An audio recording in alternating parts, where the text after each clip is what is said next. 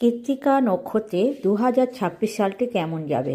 না, কৃত্তিকা নক্ষত্রে যে সমস্ত জাতক জাতিকা জন্মেছেন তাদের মধ্যে কিছু সংখ্যক মানুষের যাদের একটু অশুভ দশা চলছে, অশুভ ছকে রয়েছে, তাদের কিন্তু একটু সমস্যাবহুল হবে।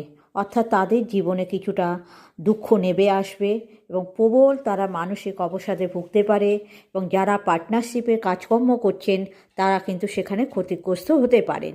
এবং ছোটোখাটো ব্যাপার নিয়ে যদি আপনি অযথা মাথা ঘামান তাহলে কিন্তু আপনাদের সেই সমস্যা তৈরি হবে, অর্থাৎ আপনারা এগোতেই পারবেন না, ক্রমশ পিছিয়ে পড়বেন।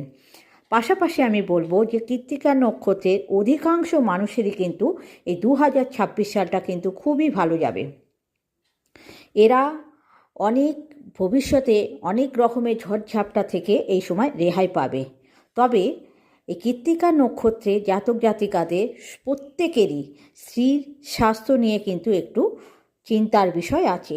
আপনাদের সকলকে সঠিক খাদ্যাভ্যাস করতে হবে, না হলে কিন্তু রোগের সম্ভাবনা দেখা যাচ্ছে। দুর্ঘটনা আছে, এই দুর্ঘটনা থেকে আপনারা নিজেদেরকে সরিয়ে রাখবেন। আর আপনাদের রাগ এবং উত্তেজনা এইগুলোকে কমাতে হবে। এছাড়া আপনাদের নানা রকমের শুভ দিক আপনাদের জন্য অপেক্ষা করছে। আপনারা ধৈর্য ধরবেন এবং রাগ কমাবেন, তাহলে আপনাদের জীবনে অনেকটা উন্নতি লক্ষ্য করা যাচ্ছে।